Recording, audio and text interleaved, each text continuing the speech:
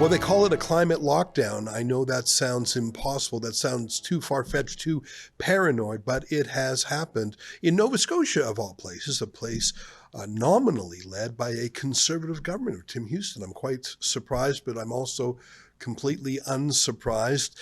It's fire season. Indeed, it is across the country. Here in Toronto, there's so much smoky haze in the skies. You might remember about a month ago, we spoke to a U.S. congressman complaining about Canadian forest management practices as encouraging these kind of fires. Of course, arson is also to blame, but only Nova Scotia has announced a ban on any human beings going into the forest, even on your own land. And if you do so, it's a $25,000 penalty.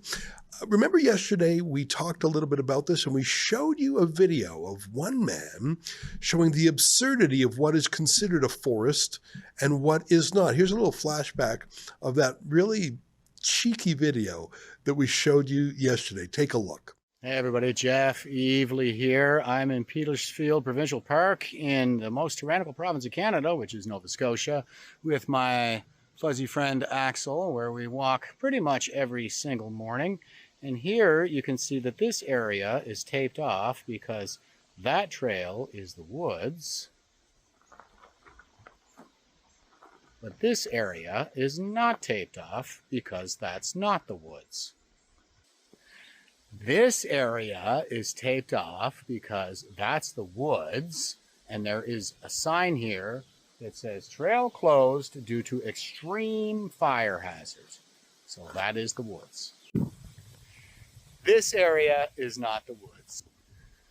This area is the woods.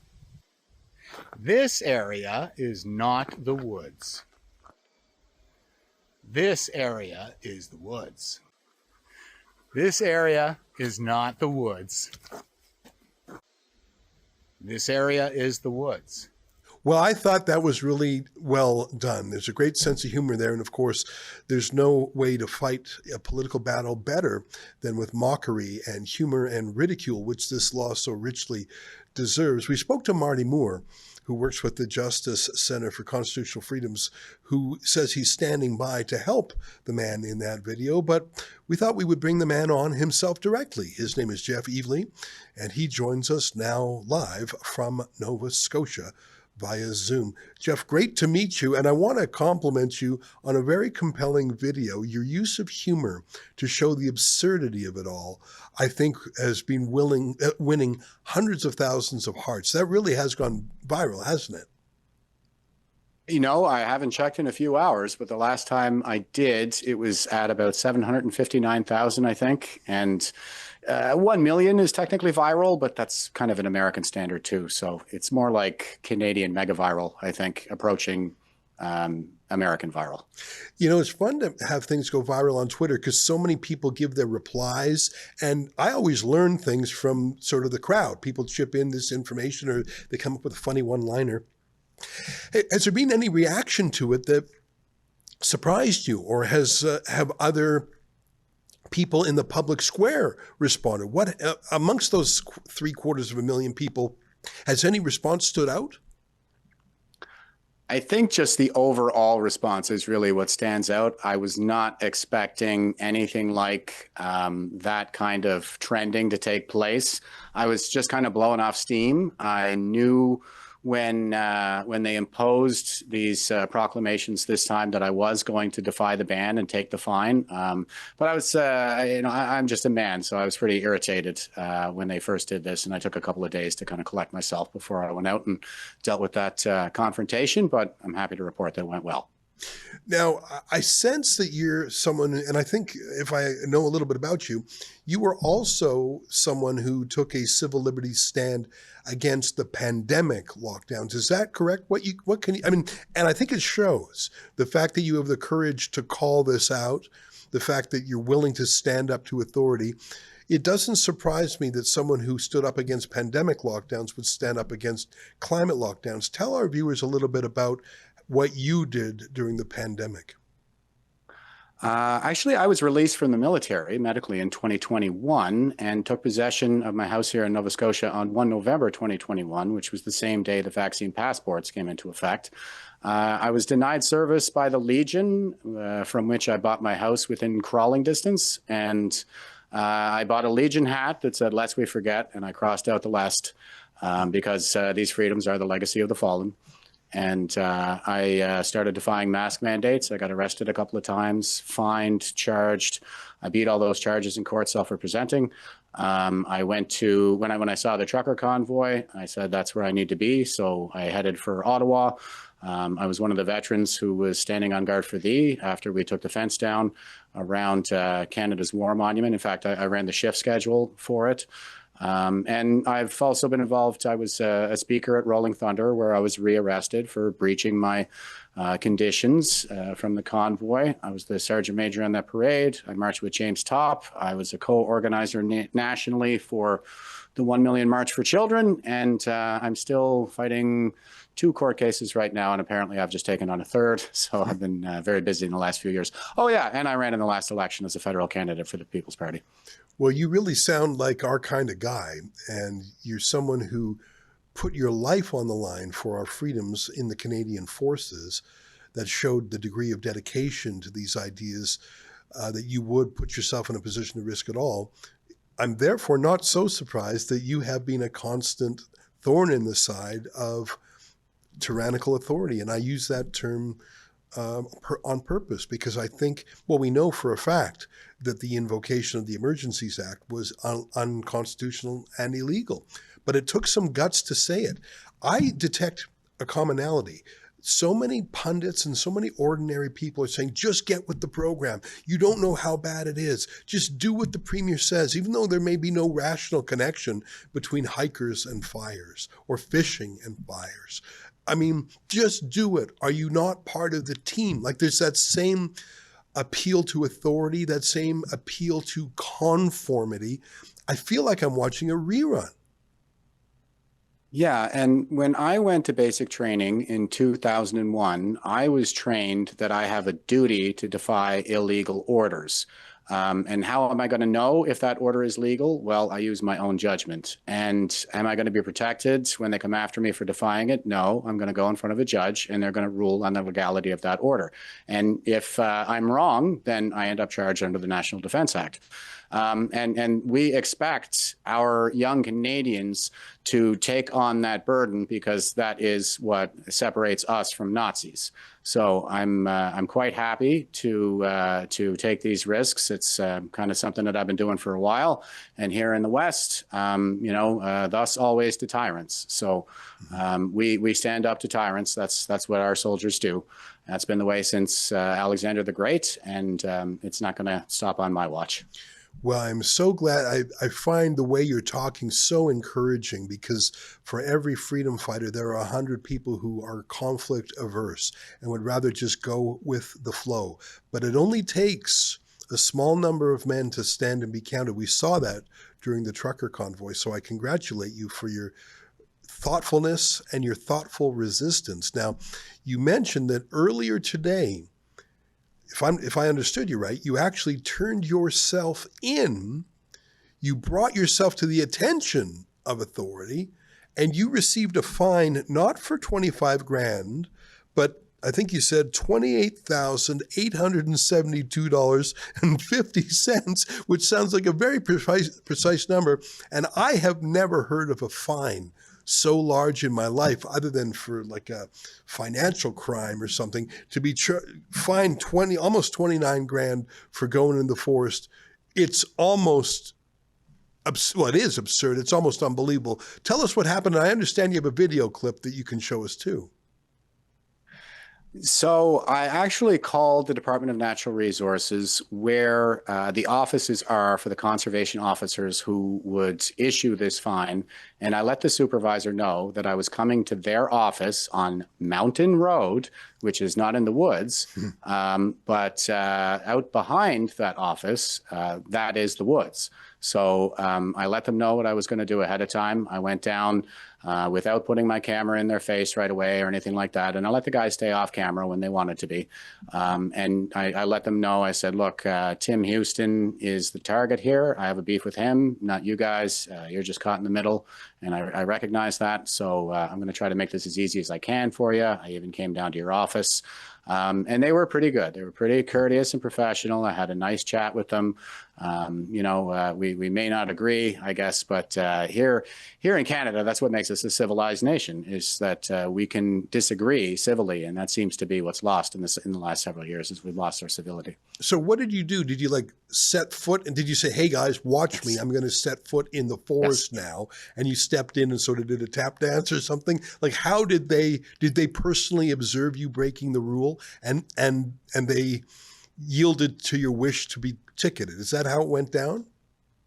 That is exactly how it went down. We all went out back, and there's a grassy area before you come to the woods. So I walked to the edge of that grassy area while 3 of the conservation officers watched me and recorded me, and I recorded on my phone as well. And then I stepped into the wooded area, and I just kind of did a short circuit around the corner of the wooded area and came back out. It was probably a grand total of about 90 seconds inside the woods. And then I went back into the office with them while they wrote up my summons.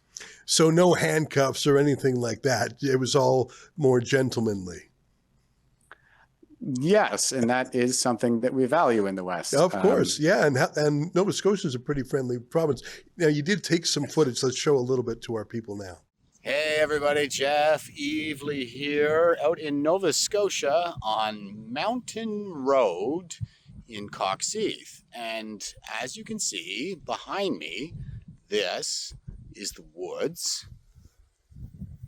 But over here, this is not the woods. This is the Department of Natural Resources, where the conservation officers work, who issue $25,000 fines for going in the woods. So, not bad. I'm Jeff Evely. I called earlier. Evely? Yeah, Evely. I spoke to somebody earlier. Yeah. About the woods ban. Yep. And I understand that you guys issue $25,000 fines right now for anybody who goes in. Yep. Okay, I'm going to go in the woods over here. Okay. I don't want to make any trouble for you guys. Okay, I took this to court the last time they did it. They said I didn't have standing because I wasn't fined, so there was no money involved. Okay. So I want to challenge this order in court, and the only way for me to do that is to get the fine. So I'm not trying to make trouble for you guys. Okay, I just want a piece of Tim Houston, and I want to be as accommodating and nice as I can be. I'm just gonna. Okay, so I'm ordering you to not. Okay. Okay. Yeah, I That's understand. another. Roger that. I'm doubling fines right now. Okay, that sounds good. All right. So he has to be in the woods. Yeah. I haven't seen a violation yet, so. Well, they're very nearby. I thought instead of crossing the road, I would just go in the back here, just for safety purposes. And, we can do it like that. Does somebody want to follow me out there, or? Yeah, it would be good to do a witness. And if it's okay with you, I would like to record a video. If you don't want to be on camera, I can keep you off it. But I think that it's in the interest of justice that we provide a fulsome record for the court because of the precedent-centered nature of this case. So I can keep you off camera, keep your name out of it, all that stuff, whatever works for you. But We'll be in court, so. Yep, we'll be in court, so we might as well have a fulsome record, right? But you have to go in the woods. Yes. 2 steps. Sure. You want to show me where the woods is out back here? The Or woods is drive okay. wherever you want. We still have to suggest that you don't. I understand. Yeah. Yeah. He just ordered me. He said he's going to double my fine. Yeah. Yeah. I'm going to defy that order, nothing personal. Okay, so whatever happens after you leave here. Yeah. we'll- Nothing personal. I know, we Okay. we got that. Okay. Yeah. So, one more time, this is the DNR office on Mountain Road in Coxheath, Nova Scotia, and this is not the woods.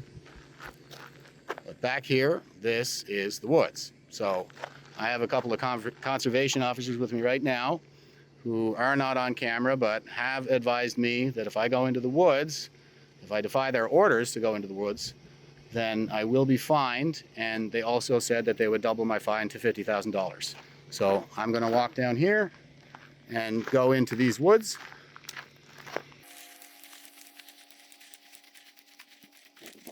I don't know that there's a good spot to do this, but I'm just going to make this as painless as I can for those guys and go in here.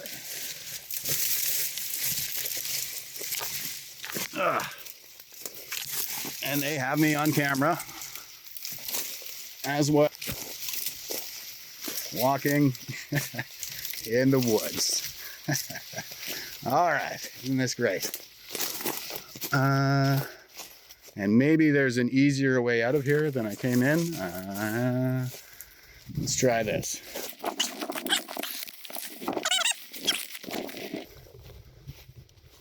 We good? Okay. Okay. And I didn't ask, but did you write the ticket already, or? No, we'll meet you back out front. Back out front at the reception desk there? Okay, if I bring my camera, keep you guys off it? Yep. Okay. I'll see you in there, guys. Right. Thank you. This is not the woods. Hi. I was just out back with the three gentlemen there. They said they would meet me back in here, so.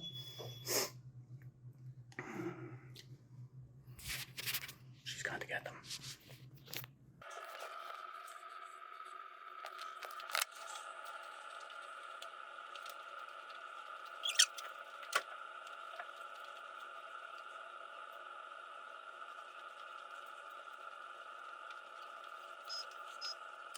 So the order would have to go long form and Okay. that would put us off months in advance for court times. So if we just do a SOT Okay. for entering the woods Yeah. without forest travel permit when proclamation is effect, you have a court plea date.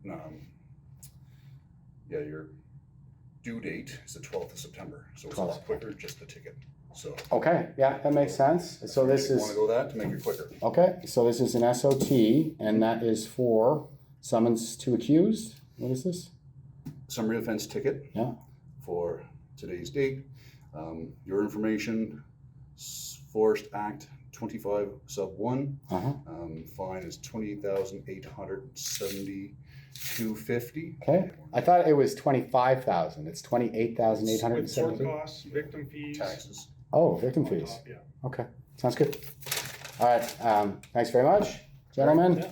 I appreciate your courteous approach. Nice chatting with you. All right. Take care. Oh, this is still not the woods. So here we go. Oh, I have a ticket here for, let me see if you can see that, $28,872.50 for victimizing somebody. Okay, so more to follow. Well, listen, it is unusual to find someone who will walk towards the pain and to walk towards a possible fine of $28,872. I mean, that's what the piece of paper says. And unless you win, that's an enormous hole in the bottom of your boat. I presume you're the first one in the province who has been charged, unless you know of anyone else. That's quite a dramatic step you've taken. You are now at the front line in this battle for possibly a year or more to come. And it's not the only front on which I'm fighting a battle either. But I think part of the strategy that we're seeing coming from our elites is to wear us down. It's to just kind of, people will give up after so much time, and there needs to be somebody to keep up the fight. It's a battle of resiliency at this point. So I think if we can just outlast them, it's probably going to be a few more years, but if we can just outlast them, then this agenda is going to fall apart on its own. Well, Jeff, one of the things I learned from the pandemic, and we crowdfunded for a number of people who got in trouble for not doing the ArriveCan app or not having the 6 feet of separation. And we made a decision to take every single case that came our way within reason. So in the end, we had 3,000 cases. And I think one of the strengths of that strategy was it overwhelmed the system. The system is based on 90% of people pleading guilty and the government just prosecuting the hard cases. But I think that if 100 different people in Nova Scotia did what you did, it would break it. And people would say, this is absurd. We have to come up with something that makes more sense. I mean, I think of the restaurants. In every city, there was like 1 or 2 restaurants that refused to shut down during the lockdown. But if 100 had made that decision, they couldn't have gone after it all. Wherever there was strength in numbers, there was legal success. Have you heard of anyone else who was willing to potentially be sacrificed on this fight that would join you? Because I think that would be the quickest way to end this battle, is having 99 allies. You know, I haven't really heard from anyone, and I didn't really solicit for any support. I decided to just do it as an individual because wildfire starts with a spark. So that's what I aim to be in this. And hopefully I set a good example in terms of how you should deal with the authorities under these circumstances. Well, it sounds like you were very professional. Yesterday, we spoke with Marty Moore, who let us know that if you needed legal assistance, he and the Justice Center would be there. Otherwise, I would normally offer you our support for crowdfunding. And by the way, if for some reason the Justice Center can't help you, do give us a call. This is the kind of thing we like to do. If there's any other help we can provide you, even journalistically, let us know. But it sounds like you have it sounds like you're a bit of a citizen journalist yourself, in fact. At least your viral videos look that way. I don't know. If I had to guess, I mean, I haven't reviewed the law deeply, but it seems to me that it is overheated. It's overdone. And I don't know if you remember this, Jeff, but when the federal court struck down the Emergencies Act as illegal, one of the reasons they said is, remember in the Emergencies Act that let the government seize family bank accounts willy-nilly, no process at all. If a dad was protesting, the mom on a joint account got hit too, and there she is in Safeway, and her credit card doesn't work. One of the specific things that judge said is it was not narrowly tailored, and it was an overbroad application of the law. There's something in law called the Oakes test, where the government is allowed to violate your rights, but only if it is rationally connected to the purpose, if it minimally impairs our rights. Like, it has to be the least abusive law possible. That's what the courts say. And the way this law sounds like it goes, it's maximum punishment, no reasonableness at all. There are better ways to achieve this aim. It sounds like it is just the worst of the worst lessons from the lockdown. If I had to predict, and it's always dangerous to try, I would predict that this will be struck down as unconstitutional. And if it is, then let me be the first to thank you for being the human crash test dummy, willing to sacrifice himself to free the rest of us. I have to tell you, I admire the fact that you would take this risk personally. Well, praise from Caesar. Thank you, Ezra. I guess what I would say to that is that I mean, it has to be somebody. It's like, I'll say it again, like one spark is what starts a wildfire. You know, I've spent my whole life standing on guard for thee, and I'm not sure I know how to do anything else. So there I am. Well, it sure is nice to meet you. If there are any other steps, let us know. We'll cover it journalistically. If there's a hearing, I think we'll send a journalist to cover it. I might go myself. I'd love to get back out there to Nova Scotia. If there are any other public demonstrations of any sort, we'd like to cover it. And of course, we'll rely on our friends from the Justice Center to help you on the legal side. And so we'll stand back and watch them with admiration too. If for some reason they can't help, we'll fill the void. I'm impressed with what you're doing, and it's encouraging that there are men who are willing to stand in the gap. And thank you for that. But then again, given your history of service to this country, it's not that surprising that here you are. So thank you again, and thanks for joining us today.